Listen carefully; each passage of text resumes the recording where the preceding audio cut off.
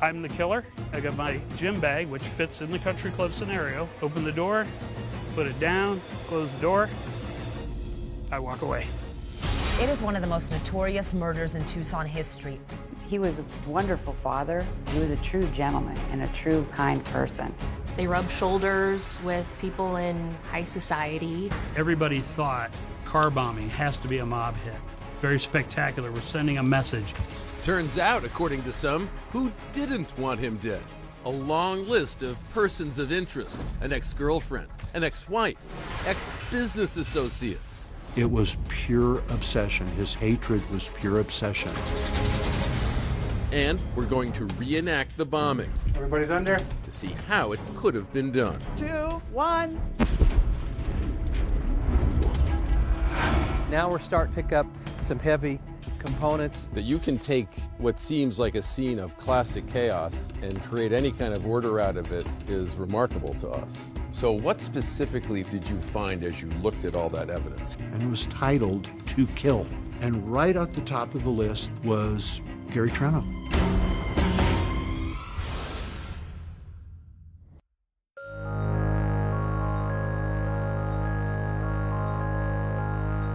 Welcome to Tucson, Arizona, or even on a sweet golf course like this one.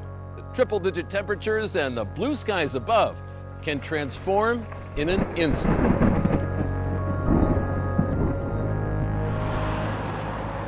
La Paloma Country Club is nestled in the Tucson foothills. It's absolutely beautiful. You can see the city, you can see the mountains. It's Jack Nicklaus Golf Course. Typical Friday, very busy golf day. Wednesdays and Fridays were gambler days. And so about 5:15, 5:20, I was standing at the bar, and all of a sudden there was this thunderous boom. I heard this huge bang, and I rushed over there, tried to see if there's something I could do. Okay, what's going on there? Okay, there's some kind of an explosion in the country club parking lot. I'm not sure. We have one of the victims has no pulse. They've begun CPR. I guess it's a massive fire. It was some kind of an explosion. The building shook. I'd never felt anything like that. I immediately turned. I went out to the parking lot, and there was a car on fire, split open like a sardine can. I found a man still sitting in his seat, no pulse, pale, blood's gone out of him, just white. Dr. Sam Buttman had come up alongside the car towards me. He looked at me and he said, "Damn, he's dead." Ken Halligan knew who the dead man behind the wheel of the destroyed car was. He was a longtime member of the country club named Gary Triano. And there's a member, and he was playing with Gary, and he was sitting on the floor next to his locker, and he was just sobbing. They killed Gary, they killed Gary. But the question was, who killed Gary? And why would they do it in such a spectacular way? The blast had stopped Gary's gold Movado watch at 5:38 p.m. End of the line for a wheeler dealer who was unafraid to gamble on the golf course, or for that matter in the business world. And according to his lawyer, Ron Lehman, a man always ready to bet big on himself. Gary was a tall person who would command a room when he walked in. Dark hair, always had a nice suntan, always had a smile. He was larger than life. Starting in the 1980s, this former car salesman, he'd sought to take advantage of the population boom in Tucson by getting into real estate and land development and gaming on a Native American reservation. One of Gary's most successful projects was Indian gaming.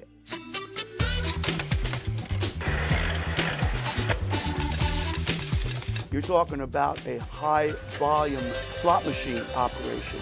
Gary's personal take was $1 million a month. Gary Triano was not shy about spending that mega money on the finer things in life. You know, limos, Learjets, even a yacht.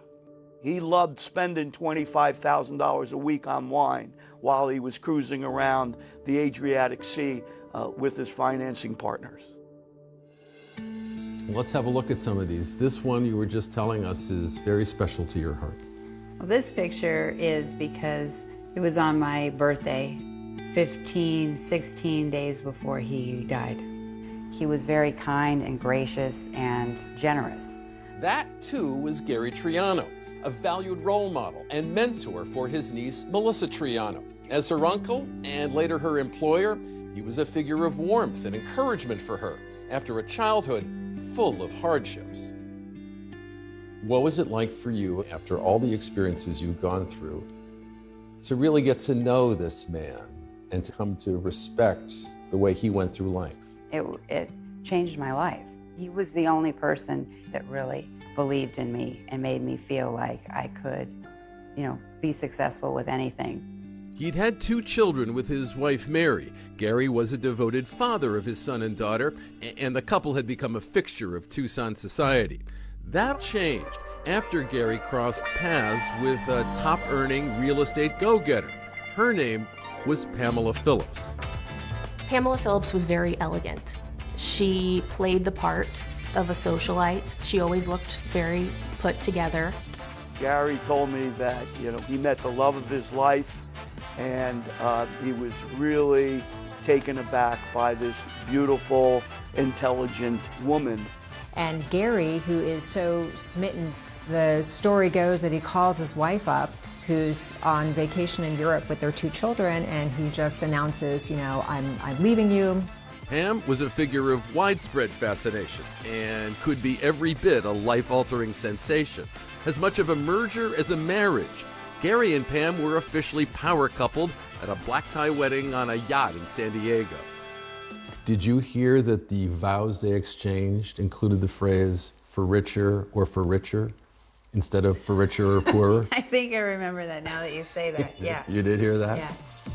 Gary bought Pam a beautiful diamond ring, which he claimed was worth $250,000. They had twin Jaguars.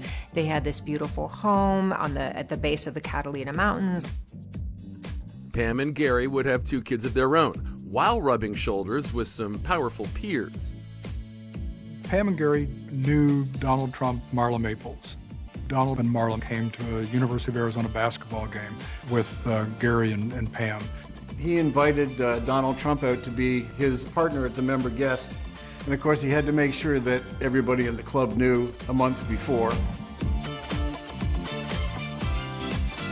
So, on that fateful day of November 1st, 1996, Gary Triano was approaching his 53rd birthday with a note of optimism, unaware of the big surprise that awaited him as he stepped off the 18th green.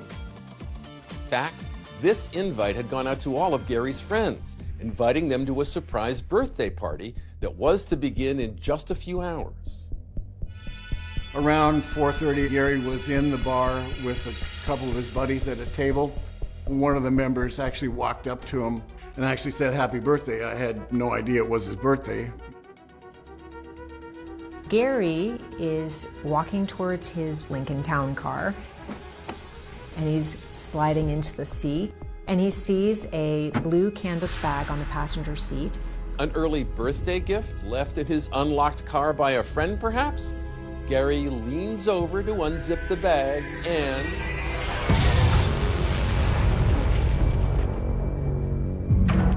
The impact of the explosion was incredible. The front windshield flew like 200 feet into the air and landed in the swimming pool. I'm at home, it's after hours, and I get a call from my sergeant, and basically he says there's been a car explosion at the La Paloma Country Club. Detective James Gamber was a newly minted detective with the Tucson Sheriff's Department, and he was brand new to homicide. This was his second case. When he arrived on scene, you could see the victim vehicle. It blew the car doors open, tore the roof off the car. Gary's body is still in the driver's seat. When Melissa Triano heard there had been some sort of incident with Gary, she immediately rushes over to the country club. So what do you remember feeling as you were running towards the car? Just panic, just shock. I didn't think it was real. The whole top of the car was gone. I still can see it when I close my eyes. Immediately, cops were asking who could have wanted to kill Gary in such a spectacular fashion.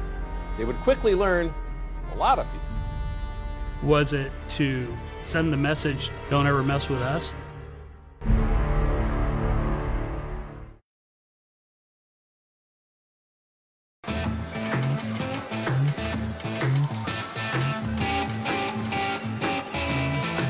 So in the movie Casino, Robert De Niro's character, closely based on the real-life mobster Frank Lefty Rosenthal, climbs into his 1983 Eldorado, turns on the ignition, and is engulfed in a fireball.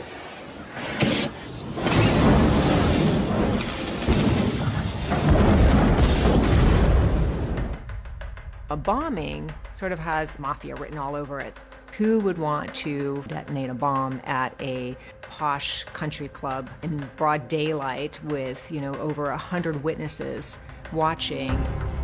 Arizona has a past with the mob. In the mid-70s, newspaper reporter Don Bowles, he was investigating organized crime, getting national attention, covered by Walter Cronkite. Don Bowles is a 47-year-old investigative reporter for the Arizona Republic. He's been working on a series about the mafia. And when Bowles returned to his car, a remote-controlled bomb exploded under the driver's seat. Bowles uttered the word mafia as he lay dying, but police were never able to pin his death on organized crime. Strictly speaking, what killed Gary Triano was not a car bomb. It was a pipe bomb on the passenger seat, detonated by remote control. And as Detective James Gamber began looking into Gary's murder, the mob was top of mind. Everybody thought car bombing has to be a mob hit. Very spectacular. We're sending a message. Don't ever mess with us. Somebody sent a message, and you don't know if they're coming for you next or if it's the whole family. I didn't know if he was involved with something that might want to hurt us all. You were on guard all the time. But why would the mob or anyone else have it in for Gary Triano? Well, maybe because by the time he was leaving that country club on the first day of November 1996, he was no longer the high-flying millionaire everyone thought he was. In fact, Gary was flat broke. He owed $4.5 million to 4 casinos in Las Vegas that were supposedly had mob ties. Gary had owned chunks of undeveloped real estate. He'd invested in a radio station, even financed this misbegotten movie, The Mafu Cage, starring Lee Grant, Carol Kane, Will Geer, and an orangutan. Isn't he too big for her to handle? No, he's not. Normally, yes, perhaps, but he's very gentle. Did you ever see your uncle's movie? Oh my gosh, yes. In fact, I had a horse once and I named it Mafu.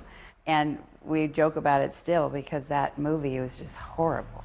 It was horrible. But it wasn't movies like that or real estate that was making Gary rich. It was Native American gambling. He was making millions until he wasn't. The Bureau of Indian Affairs threw him out of the administration of that contract. Gary personally lost $1 million approximately in monthly income. So suddenly now he's at a zero income, but his expenses and his lifestyle, continued. These things were happening during the real estate recession, so things hit the fan at once. Investigators set their sights on Gary Triano's financial dealings because he owed large sums of money to a lot of people. There were any number of suspects that the sheriff's department was looking at. There were Chinese investors, there were Mexican investors, there were mafia investors, all of whom Gary purportedly owed money to. It was a house of cards that was crumbling fast. He was promising investors, collateral on property that he didn't own. He was promising Mexican investors money that he didn't have.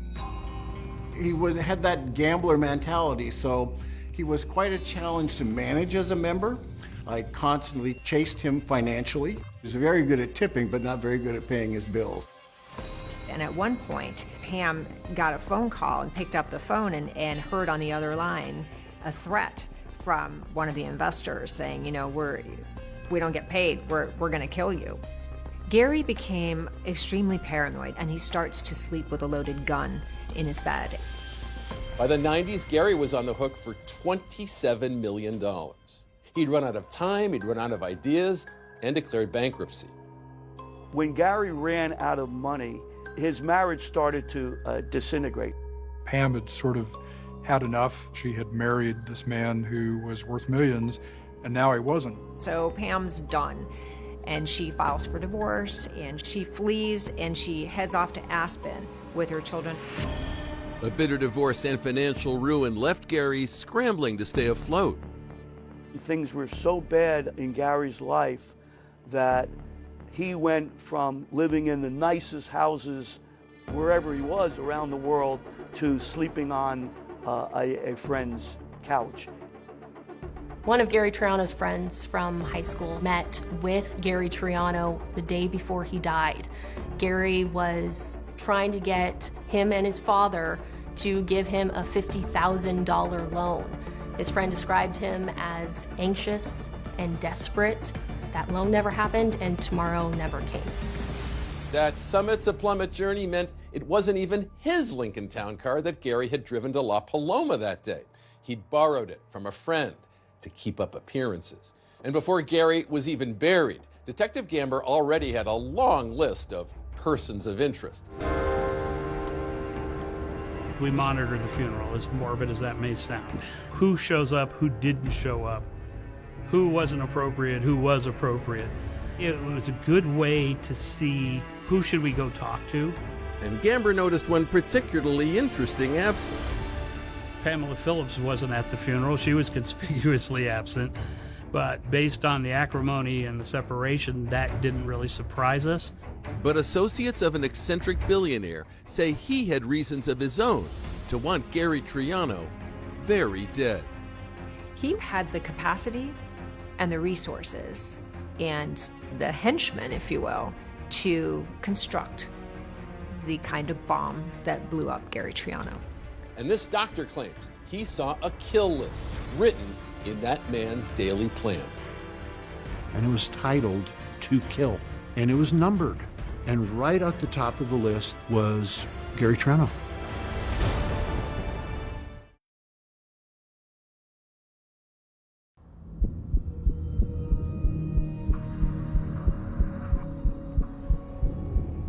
At the Pima County Sheriff's Office, way in the back corner of the impound lot, after 28 years, is Gary Triano's last ride, that 1989 Lincoln Town Car. Detective James Gamber showing up close just how devastating that pipe bomb was on that huge mass of Detroit metal.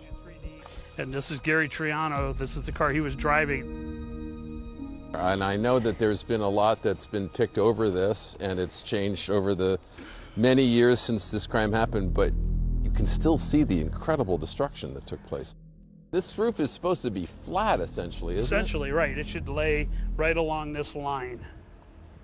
And you can, if you get a look down here at the frame, you can see where the floorboards have been blown off of the side body panels. Wow. Just by the force of that blast downwards. And the whole arc of this is the result of that bomb also. Right. Yeah. This, you know, if you looked at this, almost looks like the path of travel of a bullet. Well, yeah. Technically it was. It's a projectile, shrapnel. So everybody knew it was Gary's car.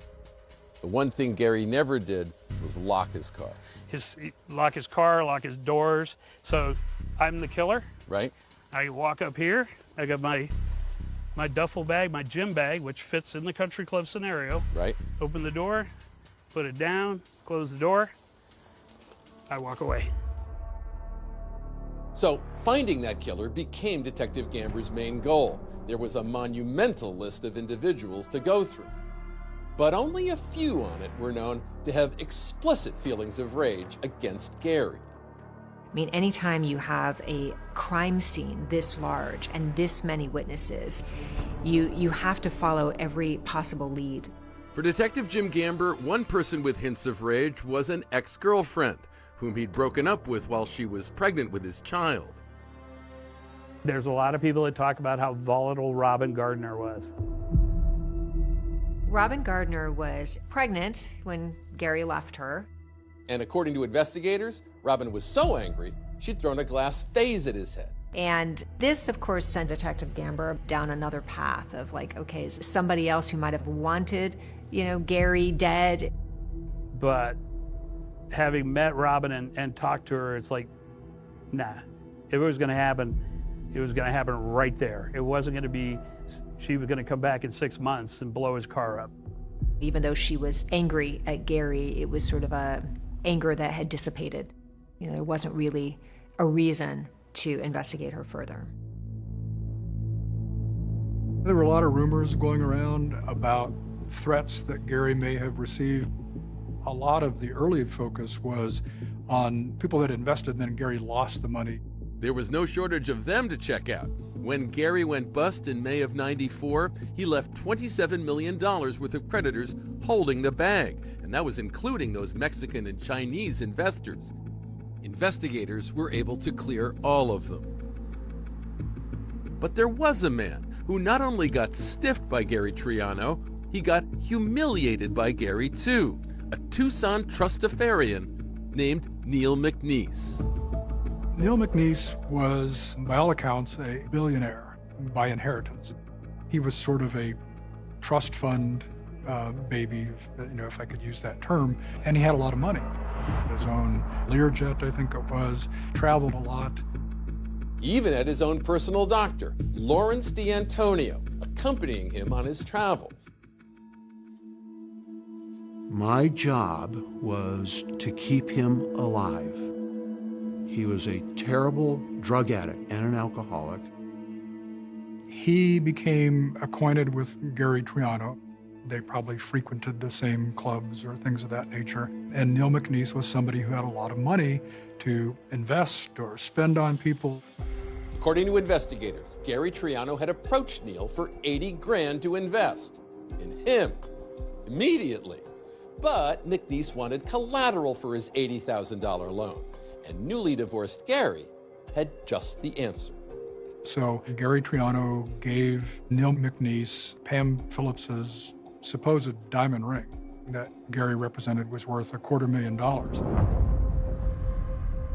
About 5 days later, he goes to his jeweler who tells him, "You're the proud owner of a ring worth about $7,000. It's a cubic zirconium." And Neil went crazy. Went crazy in the jeweler shop, went absolutely crazy. And so Neil McNeese did not want to be taken as a fool. And so it was said that he had put Gary on a kill list. It was titled "To Kill." Right at the top of the list, the day I originally saw it, was Gary Triano. And he never stopped saying, "I'm going to kill Gary Triano," from that day. And his former associates allege, along with his vast wealth, McNeese also knew the right people, people that had the capacity to make a bomb. The moment I heard on the newscast on my car radio that the victim was Gary Triano, I absolutely believed 100% that he was assassinated by Neil McNeese. What we could find out about Neil McNeese is that he was in a lot of loudmouth, but very little follow through. Nothing to connect McNeese to a device.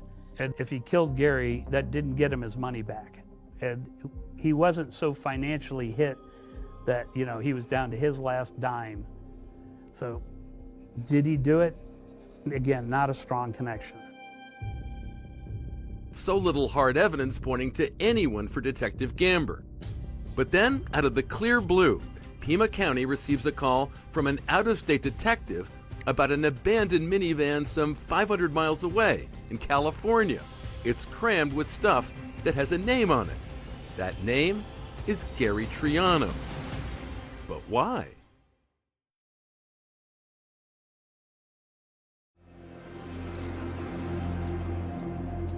"800 miles away from the Tucson, Arizona desert, atop the snowy mountains of Colorado, two cases are about to collide, and there's a tantalizing new lead about to emerge thanks to a fraud investigation by Aspen detective James Crowley into a local named Ron Young. What I was hearing was he had a great, line to get into your business. He was going to do all these great things for you. I'm so awesome and I'm going to make you a ton of money. Ron Young was someone who was, even for the mid-90s, fairly adept at computers and establishing an online presence even back then. He comes to the attention of Detective Crowley after two local businessmen allege that Ron has stolen more than $100,000, and they both want to press charges. If Ron became your business manager, he would instantly want all the books, access to all the financials, which gave him an opportunity to transfer money out of your bank account to his own bank account, get credit cards issued in his name on your account. So Crowley gets search and arrest warrants and sets out to pay Ron Young a visit at his place on Snow Bunny Lane. So this is Snow Bunny Lane where Ron Young lived at one point. On the corner where the carport was Ron's house. So we get there and he's gone. He's nowhere to be found. Ron Young is 6'6", maybe 300 pounds. But where is he gone? 6 months later, Detective Crowley gets a call from the cops in Yorba Linda, California. What happened was that police in California find an abandoned van, and it's a rental van out of Aspen. Authorities discover that the abandoned Dodge Caravan was rented by Ron Young. It was parked outside his parents' house. And it's an unlocked van. And so when police do come and they open the van, they discover some very unusual things inside. And as Detective Crowley learns, more than one of those things has Gary Triano's name on it. There's divorce documents between Gary Triano and Pam Phillips. There are maps of Tucson. There are lists of names of associates with Gary Triano. And they discover something else that's sort of unusual. It's a sawed-off shotgun. I mean, fraud suspects, they're not usually violent.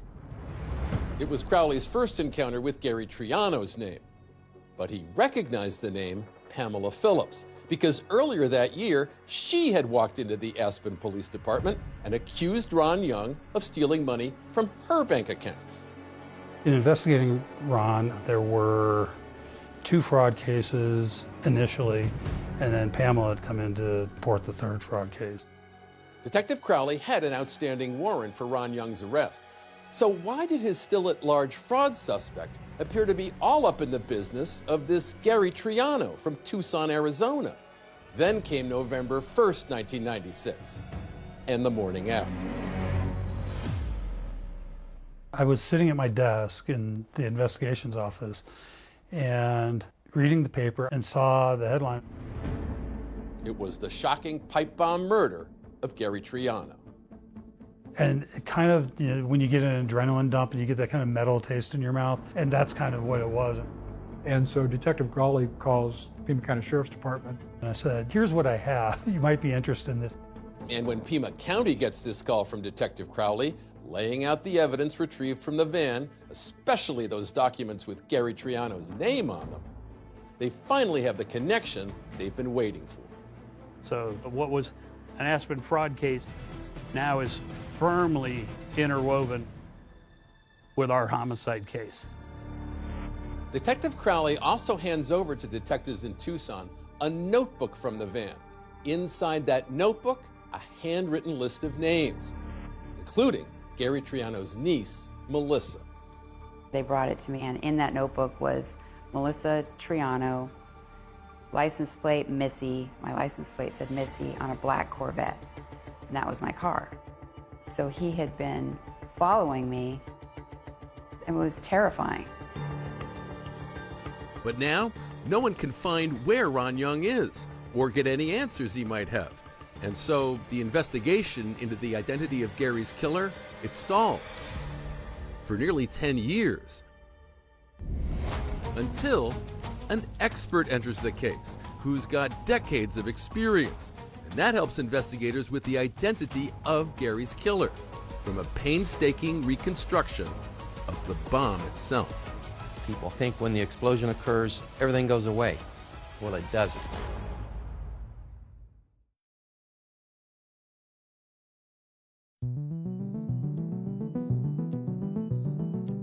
Here we are in New Mexico, Anthony. Yes. A typical land of enchantment landscape around us here, right? Kind of desolation and mountain desert area.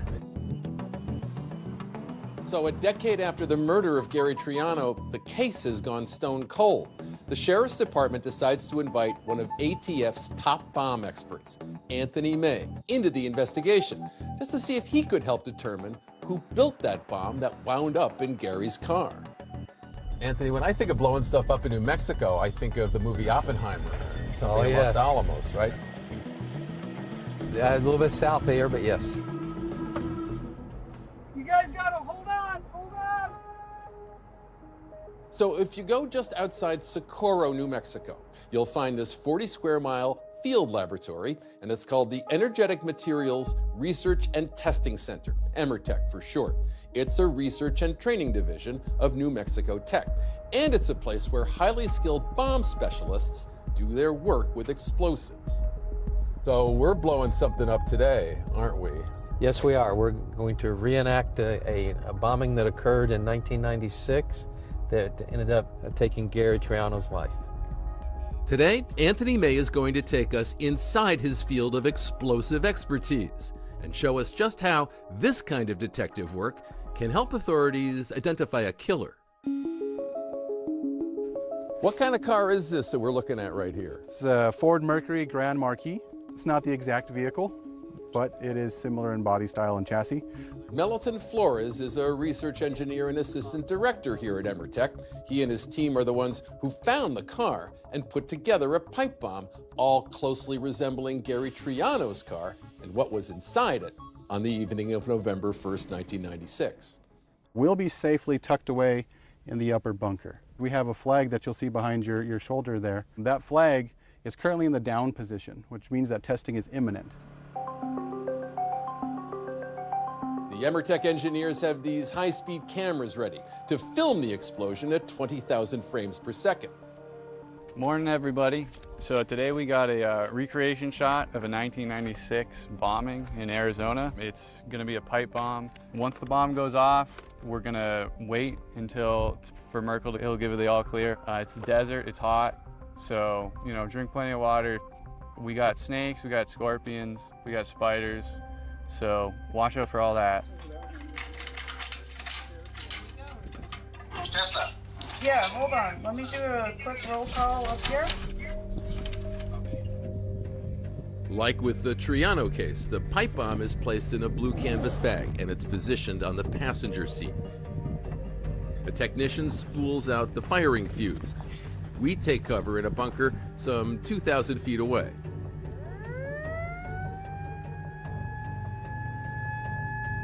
Everybody's under cover? All right, we're all good here. Tesla, your range. Okay, you ready, Tesla? 2, 1.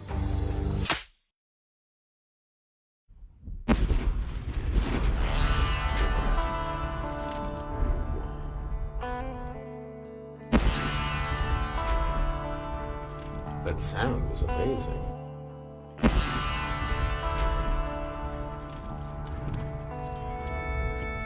I think it could have been the back window that was flying out. Oh, is that right? Starting to see some smoke now. I think, it's smoldering a little bit. Yeah, it looks that way. The car's on fire. Every bomb scene tells a story, and the debris scattered by this bomb is much like the debris that was scattered after the bomb that exploded in Tucson on November 1st, 1996. Debris gathered up by law enforcement that Anthony May would go on to analyze. So after the all clear, we move in for a closer look. It would be up, most of it is going to be up over that bridge. Well, we're going to walk into the blast scene. Now we're starting to pick up some heavy components, and now we're going to decide, is it from the car? Is it from the bomb? And what I'm seeing is car parts here, the door handle. As I can see already, the roof of the car is over here. Looking at the roof of the car, most of our fragments went straight up. Does it matter to you that it went straight up? It'll tell me the orientation of that pipe bomb. That you can take what seems like a scene of classic chaos and create any kind of order out of it is remarkable to us. That's the objective. Take a look at what the crime scene is telling you, what the evidence tells you, and then go from there. It is one of the most notorious murders in Tucson history. Opening statements. Back in 2005, it was Anthony May taking the fragments of that 1996 bomb that killed Gary Triano and reassembling the device, hoping that the process would offer some leads in a case that had grown cold. This is actually a picture of when Jim brought the evidence up to me. It's just kind of like a puzzle now. I am trying to match pieces. This is the pieces of the pipe.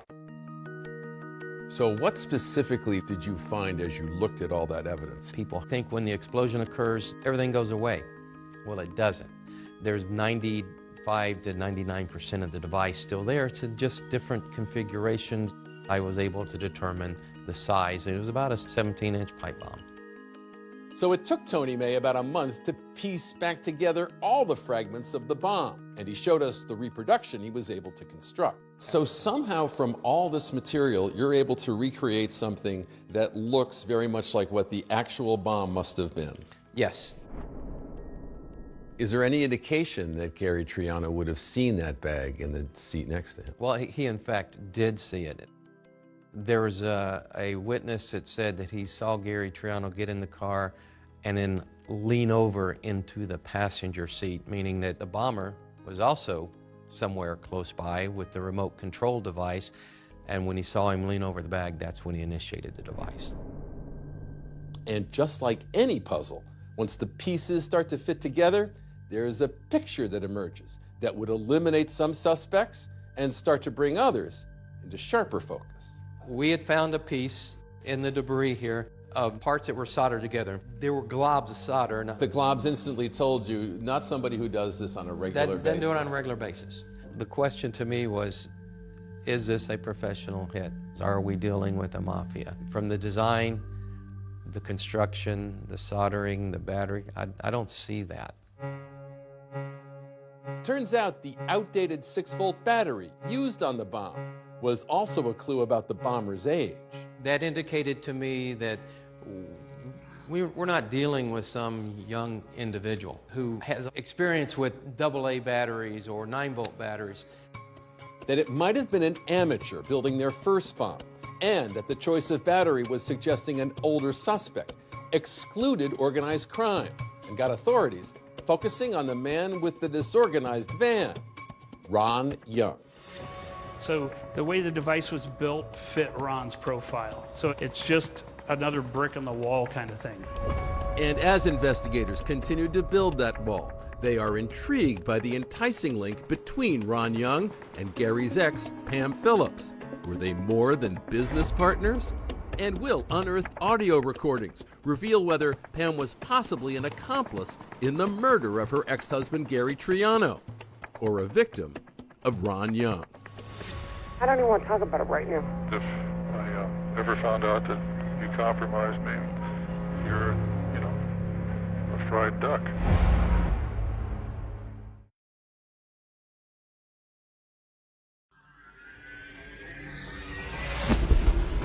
It's a story about sex, lies, and audio tape, and a sensational bombing. It was something that absolutely shook Tucson to its core. It was horrific, it was violent. I'm the killer. I got my gym bag, open the door, put it down, close the door, I walk away. The ex-wife, the business manager, the murder. How do they all fit together? Pamela Phillips was a socialite, a beautiful blonde bombshell. She was the quintessential trophy wife.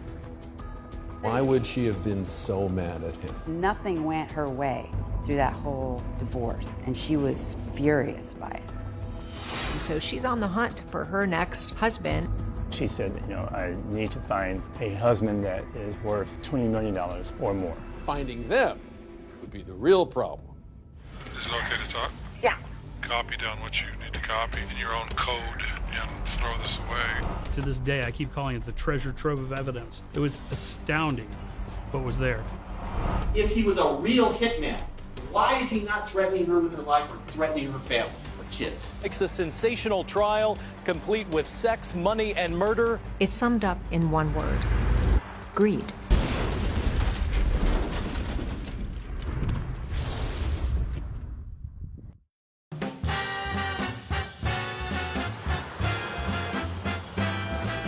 Here in Tucson, Arizona, handsome, self-confident land developer Gary Triano was married to Pamela Phillips, herself a charismatic player in Tucson real estate. They were a power couple with expensive tastes and the assets to satisfy them. It was almost like the lifestyles of the rich and famous. But after the real estate boom went bust, Gary went bankrupt.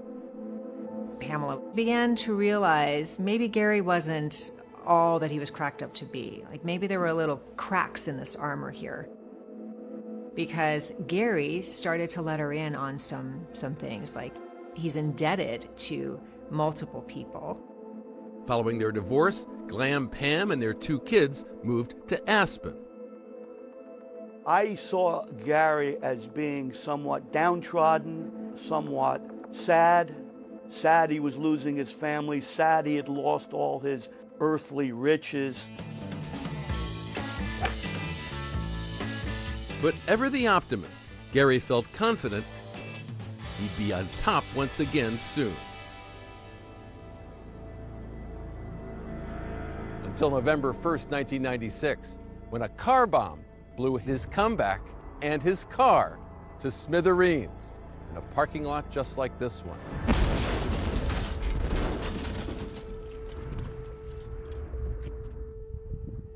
But who or what wanted Gary Triano dead? Despite Pam and Gary's bitter divorce, investigators could see no immediate connection between Pam in Colorado and Gary's pipe bomb murder in Arizona, until cops stumbled across that minivan in California belonging to Ron Young, packed with documents with Gary and Pam's names on them. It was great because we had no association with Pam and the murder until then. Before we had Pam was in Aspen, the bomb went off in Tucson. How could Pam have pushed the button? Okay, now we have that connection. We have Ron Young bridging that distance for us. Pima County investigators needed to understand the complex relationship between Pam Phillips and Ron Young. According to friends, that relationship had begun here on Aspen Snow Bunny Lane, where Ron Young lived. Pam was practically his next-door neighbor. And at the time, Snow Bunny Lane in that area was where kind of working people, doctors, lawyers, normal people in Aspen lived. It was not Pam Phillips' kind of neighborhood, a long way down from that mansion in Arizona. So she asked her neighbor, Ron Young, to help out on her business idea. It was an astrology website called starbabies.com. If your baby was born under a certain time, you could get their zodiac and all that. It was that type of thing that Pam wanted to do and start up a little business like that. And he helped set that up. A new-in-town ski instructor who'd gotten a side gig as a live-in nanny for Pam's 2 kids, Kevin McDonald says he saw a lot of Ron Young. He would come over and spend time with Pam and was helping her with the Star Babies, and then he would have dinners with her. And I could see that there was more than just being the down the street neighbor. After the kids were asleep, Pam didn't want them to see them being intimate or being more than just friends. Kevin would recall Pam as a good and caring mother to her kids. But according to Pam's friends, starbabies.com and Ron Young were only part of her plan to return to the top of the mountain here in ski country. Pam was always out in the different private bars and private clubs in Aspen trying to meet rich men. And because she said, I need to find a husband that is worth $20 million or more. If it was Pam's long-term goal, It was fueled by her short-term needs. She was running out of money. And for that, she blamed Gary Triano. Why would she have been so mad at him? Nothing went her way through that whole divorce, and she was furious by it. And she wanted money. She needed money to continue her lifestyle. Once Pam and Gary had cruised on luxury yachts and private planes. Now, Pam was steamed that Gary was making her pay to fly the kids back to Aspen after his visit with them. Pam told me one night after I put the kids to bed, she just said that she was down to her last $60,000. So I knew that she was worried. She was bleeding money. She wasn't making any money. Pam was convinced that Gary was hiding assets, so allegedly she asked Ron Young to find them. Pam's chief complaint during this entire relationship is she's not receiving enough child support from Gary, and he must be hiding assets. But Ron is still really pissed off that he's not being paid for his services. Because of their business relationship, Ron had access to her accounts, and he allegedly started taking out money for himself. That's what led Pam to report Ron's alleged fraud in the first place. Yet it wasn't long after that Ron Young skipped town and vanished. He was one step ahead of an Aspen arrest warrant. After Pam came in the initial time, and I asked her to provide follow-up documentation, she never came back. Ron Young is nowhere to be found, but Pima County sheriffs decide to talk with Pam. And then when you go to interview Pam, she minimizes Ron Young. Oh, he was not involved in my life. He gave me a little financial advice and things like that. Yet less than a year later, Pam is out of Snow Bunny Lane and into $1 million home. Why were authorities so interested in her change of fortune? Pam had 2 million reasons to kill Gary.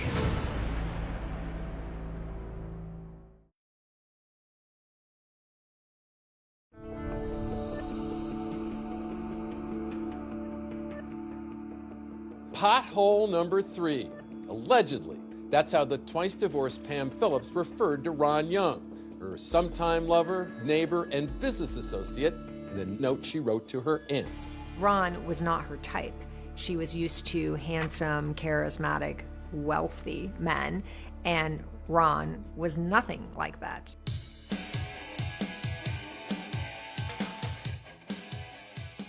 When Pam moved up to Aspen, she purported not to have any money and was in financial hard times. There was, however, a $2 million life insurance policy on Gary Triano's life, set up to take care of his 2 kids with Pam. They were the beneficiaries, with the proviso that if they were under the age of 18, then Pam was the one that would receive the money and appropriately apply it to the children's lives.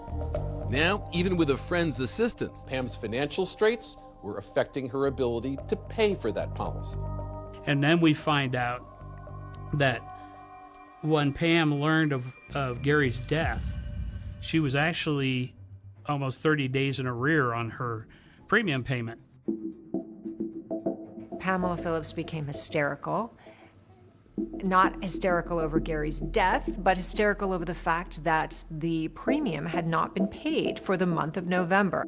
And they rushed a FedEx payment to the insurance company that got there too late. The insurance company, though, honored it anyway. And 15 days later, Pamela makes a claim on Gary's life. So it took until January of 1997 before the insurance company paid. Pam got a little over $2 million. Pam Phillips wastes no time. As soon as she gets this $2 million life insurance proceeds, she goes out and she buys her dream mansion. And it's this home in Meadowood. It has its own ski lift. It's buttressed against the mountains. It's got these like massive wooden doors. It has marble all over the floor.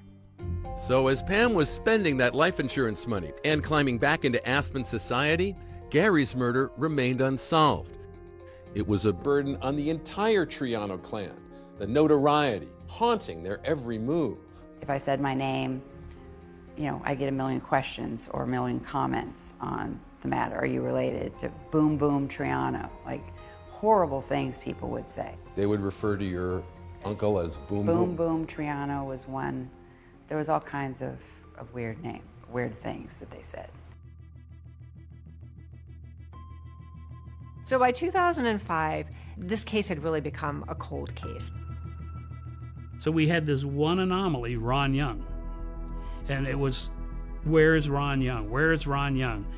Aspen PD had the arrest warrant, so he could be arrested anywhere within U.S. jurisdiction, and just nothing was coming of it. He was like a puff of smoke. In hopes of teasing Ron Young out of hiding, Detective Gamber uses his network of undercover agents and investigators to approach the TV show America's Most Wanted.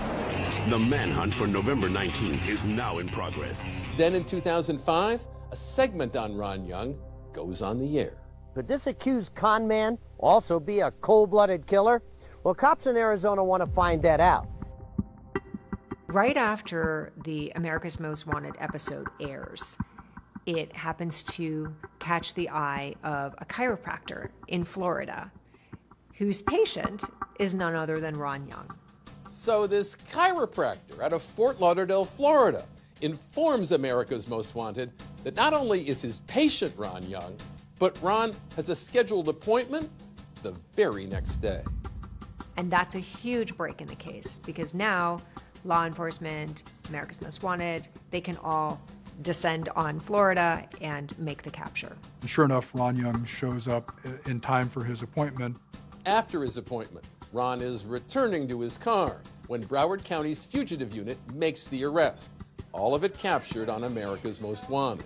Right behind your back. What's your name? Hey, man. I asked you your name. Ron Young. Authorities hold Ron Young on fraud and weapons charges because when Ron's apprehended, he's got a loaded Colt 380 semi-automatic gun in his possession. So now, detectives race to Florida to see what Ron Young might have to say about Pamela Phillips and Gary Triano. But when they touch down, they get a big surprise, one that will blow this case wide open. We walk over to this box, and there's some micro cassettes sitting in there. And it's like, anybody have a micro cassette recorder? And what was on there is, to this day, I keep calling it the treasure trove of evidence. It was astounding what was there. I don't even want to talk about it right now. What I'm saying is if I ever found out that you compromised me for your benefit, it'd be really unfortunate for you.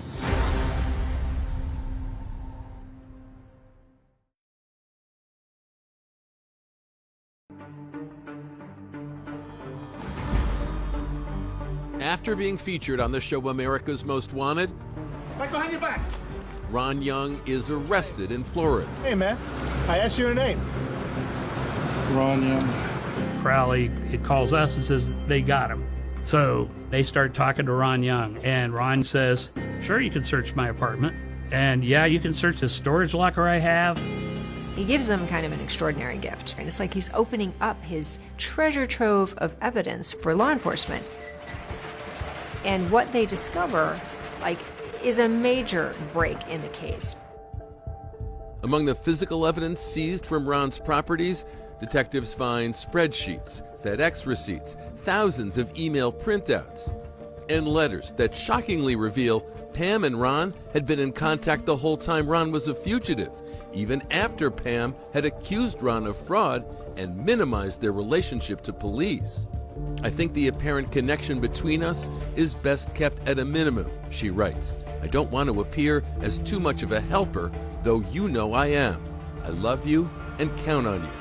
Pamela. So there was obviously more of a relationship than she was letting on. But then, as far as evidence goes, the coup de grace. We walk over to this box, and there's some micro cassettes sitting in there. And it's like, anybody have a micro cassette recorder? And so we pop one of the tapes in, we hit play. You sent my money yet? My principal. I am not going to keep sending you more and more money unless I know that you can honor our agreement. and it's Ron Young's voice and Pam Phillips's voice. We immediately turn the tapes off. We box those up immediately, and those go to the lab to be professionally transferred. It takes months just for detectives to listen and catalog the dozens of hours of telephone conversations that Ron has secretly recorded. And the contents are stunning. I'm really happy that your 1.6 was tax-free. Just say yes. I will take the Ford like it's been coming, and I'd like the balance of it as quick as possible. Yes. Yes, I want it all. I want it all. I want it all as soon as possible. We have no disagreement. You start to listen to the phone calls, and the next thing you hear is, you got your 2, I want my 4. Well, you have a $2 million insurance policy, and you have Ron getting $400 and some odd thousand in cash from Pam. Recovered emails and FedEx receipts detail how, at Ron Young's direction, Pam made regular cash payments to him, choreographed, authorities believe, in a manner to avoid detection. You start following Ron telling Pam, this is how you hide taking the money from your accounts and sending it as cash to me. And he gives her a detailed process to follow. He was instructing her to take out certain amounts of money at different locations, use different accounts, don't mail from the same place twice, vary your pattern so no one gets wise. Is it okay to talk? Yeah. There's absolutely nothing that shows me having any contact since I left Aspen, or ever really. If you, for any reason, need to keep dates or numbers or anything else, obviously just transpose it into codes. For investigators, this game of subterfuge and these under-the-radar payments from Pam to Ron is starting to smell like a murder conspiracy. What he had on his computer was astounding.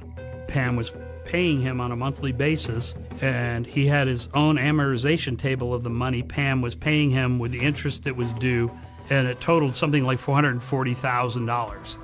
Armed with this new evidence, police get a warrant to search Pam's place, the Aspen mansion her slice of the insurance money paid for. In September of 2006, Pima County Sheriff's Department joined forces with the Aspen Police Department and surround her house, and they knock on the door and they say, we have a search warrant. Pamela answers the door and they tell her, we have a warrant to search your house, and she said no and closed the door in their face. Pamela Phillips is completely surprised by this. She tells the police, yeah, my lawyer's on the way, and the detective says, I have a search warrant. So they come in, and the way she describes it is like they're scattering across her marble floors like rats. While we're executing the search warrant, Pamela decides to leave, and we don't have an arrest warrant for her at that point, so she's free to leave. She gets into her little Mini Cooper and drives off.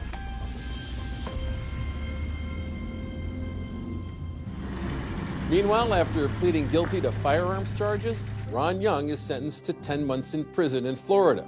After his jail term, he's sent back to Aspen.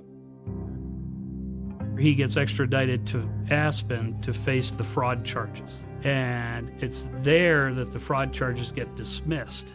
After the charges are dismissed in Aspen, we don't have enough to charge him with the homicide yet. So he is free, but he's on parole from the federal prison. Ron Young moves to his parents' house in Yorba Linda, California. So there's all this stuff that's coming together. There's the suspicions about the life insurance policy. And now we've got Ron Young, who's an associate of Pam Phillips, and all these things in the van in California, the names and a notepad of people associated with Gary Triano, maps of Tucson, receipts from a hotel in Tucson near where Gary was living at the time. After nearly 12 years, the police finally obtain arrest warrants, hoping to bring long-awaited justice in the case of Gary Triano. We're going to do a simultaneous arrest. We've already put surveillance teams in Aspen, surveillance teams in Yorba Linda. We hit Ron and we arrest him. We go to hit Pam and we do a records check on her, and we find out she flew out of the country to destinations unknown. She was gone.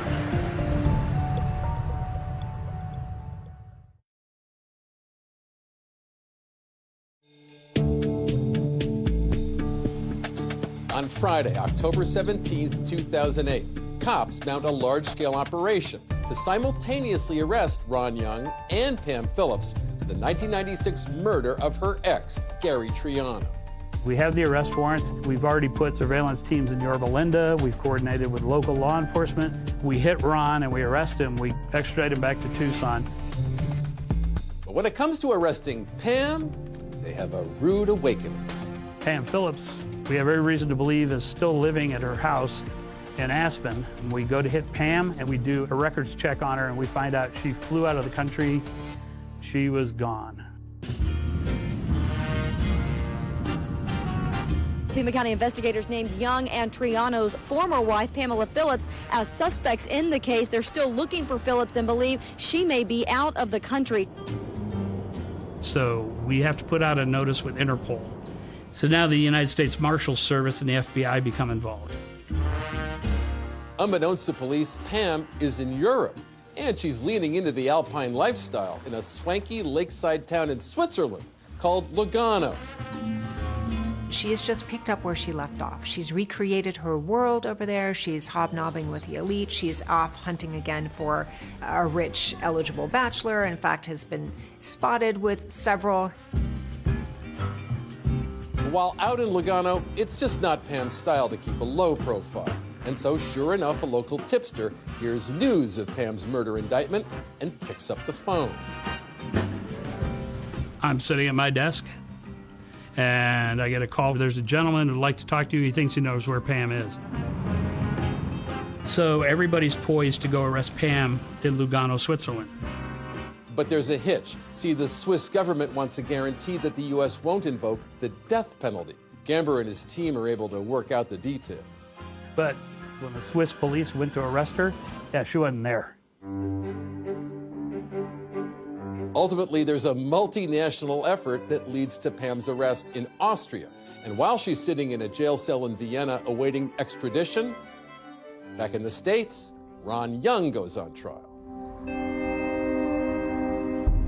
The trial itself started in March of 2010. We had been doing pretrial litigation for at least a year and a half leading up to that point. Some of the challenges that the prosecution faced in Ron's trial was that it was a circumstantial evidence case. They didn't have any direct evidence that linked Ron Young to the bomb. The prosecution acknowledges no one reported seeing Ron in Tucson on or around November 1st, 1996, nor did he have anything in his possession specifically tying him to Arizona or to Gary Triano on the date of his murder. However, the prosecution does have Anthony May. My job was to determine what was used and build a reconstruction of the device, and then the device was used to present it in court for his prosecution. He was able to recreate the entire bomb all the way down to the battery purchased from Radio Shack, the remote-controlled air switch used to operate it, to detonate it, and even down to the duffel bag purchased from Walmart. That was an impressive display in front of the jury, I think. And the prosecution also had those micro cassette tapes. I helped you on something that was, beyond what anybody else in the world would probably do, and I think that deserves some consideration, since you're living off the benefits of it. The prosecution makes the case that in their conversations, Pam and Ron were talking about the murder of Gary Triano. I am not going to keep sending you more and more and more money unless I know that you can honor our agreement. The prosecution points out to the jury an email that surfaced from Ron to Pam, referring to Gary as an 800-pound monster. The communication between Ron and Pam was the crux of the case. The defense countering that Ron was simply extorting money from Pam. What Ron did was not proud of. It was blackmail Pam. Then there was also an out-of-the-blue prison witness with a prosecution-perfect account to tell the jury. Andre Mims, a cellmate of Ron Young's when he was in prison for the 2005 gun charges. He looked me in my face. He said, Andre, I blew that up in his car. For the prosecution, Ron Young's one statement to Andre Mims, how he blew Gary Triano up, might as well have been a confession. But the defense claimed this testimony was made up and immediately called for a mistrial. The motion was denied. I think we felt confident. I mean, as a prosecutor, even on a strong case, you're always concerned about the potential one outlier juror that could lead to a hung jury. After 13 hours, the jury reached a verdict. For the defendant, Ronald Kelly Young, guilty of the offense of first-degree murder. Ron Young was found guilty of first-degree murder and conspiracy to commit murder. Ron Young is sentenced to life in prison. We can't tell you how many times we thought we would never see who killed my father. But for Gary Triano's family, the story is far from over, and justice has not been served yet. We still need Pam, and there's a long road still with that.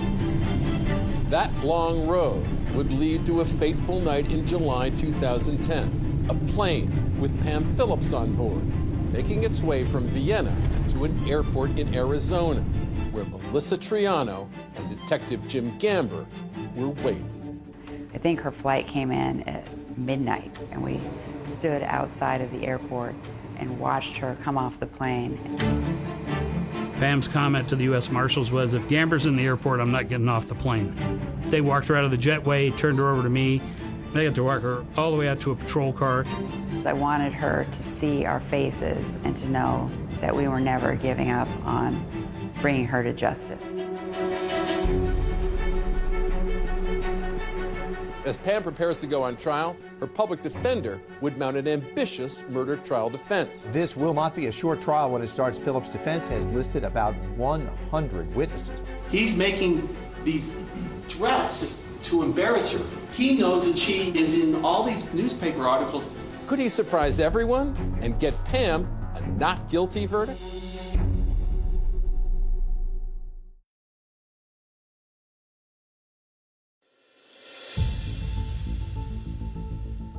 Gary Triano had left his first wife to pursue Pam Phillips. Then, as a Tucson power couple, they lived high on the hog.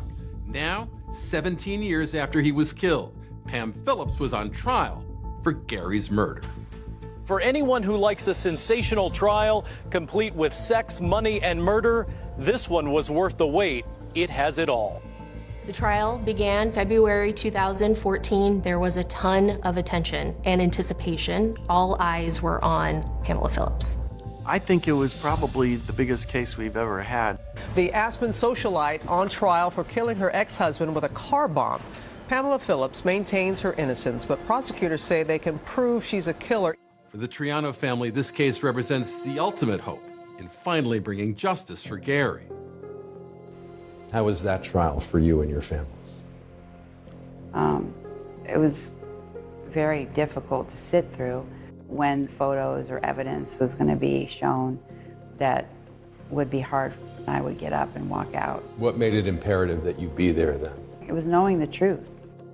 Prosecutors argued that the main reason that Pamela Phillips orchestrated this murder on her ex-husband was the $2 million life insurance policy. The bulk of our evidence came from Ron Young, the FedEx receipts, the phone calls, the emails that Ron Young had saved.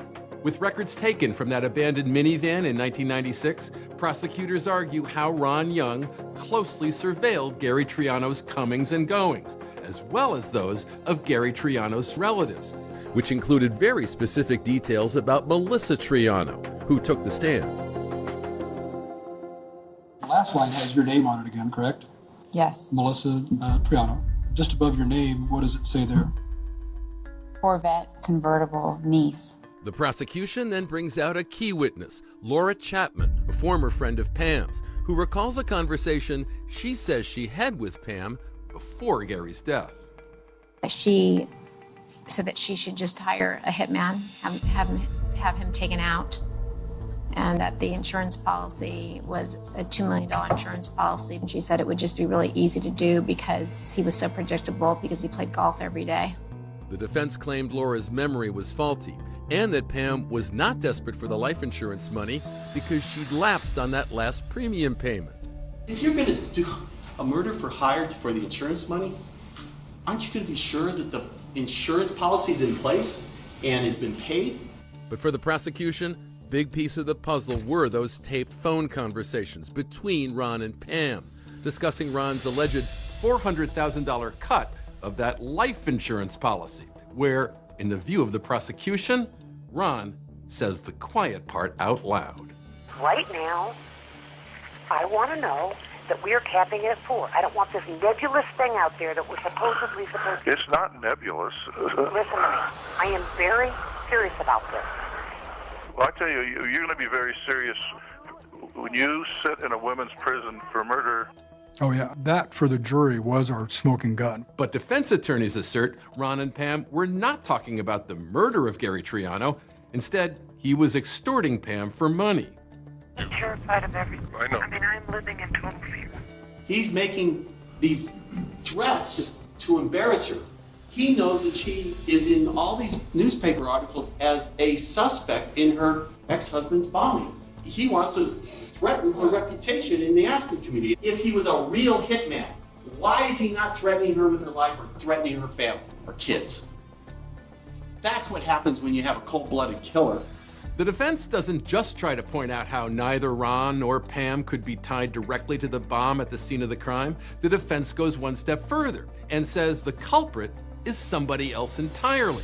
Hot-headed billionaire heir Neil McNeese, out that 80 grand to Triano and enraged by his lies and deceit. Neil McNeese. He lends Gary $80,000 and gets a ring for collateral. He finds out the ring is only worth $8,000 and he's livid. He's furious. He threatens to kill Gary per Dr. D'Antonio. Remember, Dr. D'Antonio had come forward after Gary died, claiming that Gary Triano was on Neil McNeese's alleged kill list and that he was responsible for Gary Triano's death. Lawrence D'Antonio was called to the stand, and this was really the crutch of the defense's argument. I wouldn't describe Neil as a friend. I heard Neil say he was going to kill Gary Triano probably 10,000 times. It was pure obsession. His hatred was pure obsession. The defense argues that McNeese not only had motive, he also had the means, with a woodworker friend named Jerry Capuano, who they claim had a shop and the know-how to make a remote-controlled pipe bomb. The other things found at Mr. Capuano's shop. You saw that little red thing that was used to put together wires. There was one of those at Capuano's shop. There's an exact one of those in the bomb parts that were found. It makes for an interesting story. They're saying, oh, look at this. Neil McNeese was the real killer, and Capuano was the person who made the bomb. All of them are deceased, so we're not able to follow up on this. Authorities continue to assert there's no evidence tying McNeese or Capuano to the murder. The McNeese family issuing a statement in 2014, maintaining their belief in his innocence and relief that justice might prevail. But I mean, the bottom line is we don't have any question whatsoever that Pam Phillips hired Ron Young to kill Gary. Pamela Phillips never testified during the entire trial. We got glimpses of her personality, right? During the trial, she would look at the camera, she would smile at the camera, even mouthing the words at one point, "I love you," to the camera during court proceedings. The camera had always loved Pam right back.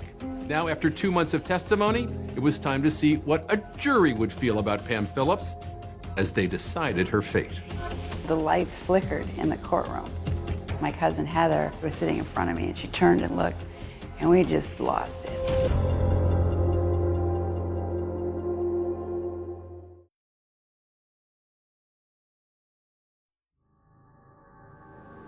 We're on verdict watch as jury deliberation continues in the Pamela Phillips murder for hire trial. The Aspen socialite is accused of hiring... After 26 days of testimony, with 100 witnesses, 670 exhibits, the fate of Pam Phillips lies in the hands of the jury. Do you find the defendant, Pamela Ann Phillips, guilty of first-degree murder?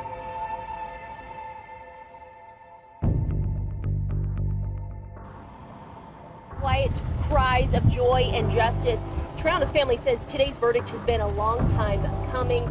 Like seconds after the judge said guilty, The lights flickered in the courtroom. It was surreal. What did that tell you, those lights? But he was there. That he knows. Gary's family was relieved by all this.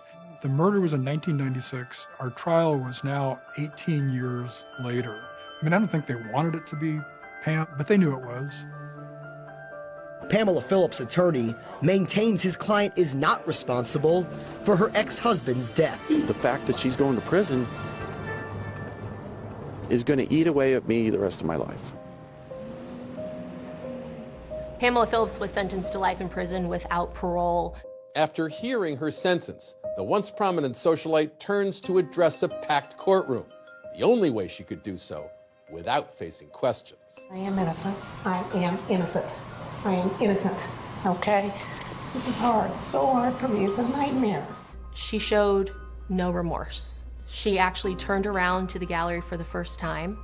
At this point, she was just pandering to the camera. And I don't understand how this can even happen, right? Never any mention as to the loss of life, but everything came back to the impact it had on her personally. Outside the courtroom, after losing their father almost 2 decades earlier, Gary's children expressing both gratitude and sadness at the outcome. We'd like to thank all our friends and everyone who supported us through this entire time. And we're sorry that it had to come to this, because this woman was actually part of our family. Meanwhile, Pam's accomplice, Ron Young, also spending the rest of his life in prison, and he's exhausted all of his appeals. Pam, however, is still fighting for post-conviction relief based on DNA evidence found back in 2014. We found DNA on threads of 2 screws that were embedded into the platform, which was wood, for the pipe bomb. When that came in, we were able to exclude Ronald Young. Pam's appellate attorney maintaining that new, more sophisticated DNA technology will prove that someone other than Ron Young and Pam Phillips murdered Gary Triano. Well, the next step in the process, we did file our petition for post-conviction relief. I'm hopeful that we can do some genealogical testing if we can find the money to do that. They get better DNA that come back and tie to Jerry Capuano, then that might get her a chance for a new trial. Prosecutors stand by the verdict. They continue to say that neither billionaire Neil McNeese nor his friend Jerry Capuano were in any way responsible for Gary's murder. Where I find fault with this is that they, didn't submit Gary Triano as a reference sample. Now, whose DNA do you think is probably all over that scene? How do you buy screws at a hardware store? You don't buy screws that have never been touched by another human being. So finding some lone DNA profile and a blast debris doesn't impress me.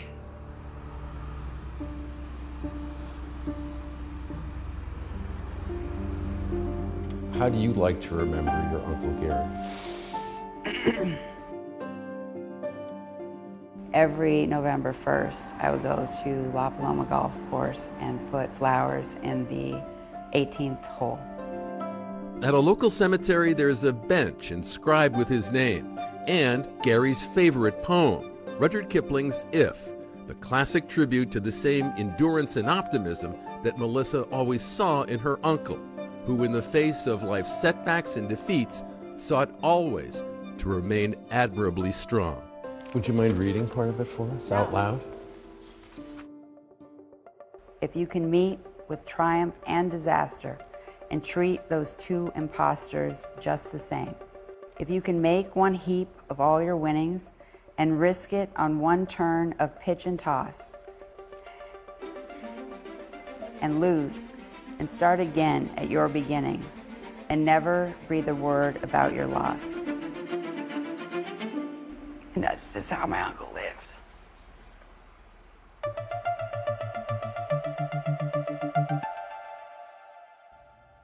The Triano family filed a $10 million wrongful death civil action against Pam Phillips. The judge ruled in the family's favor for that $10 million.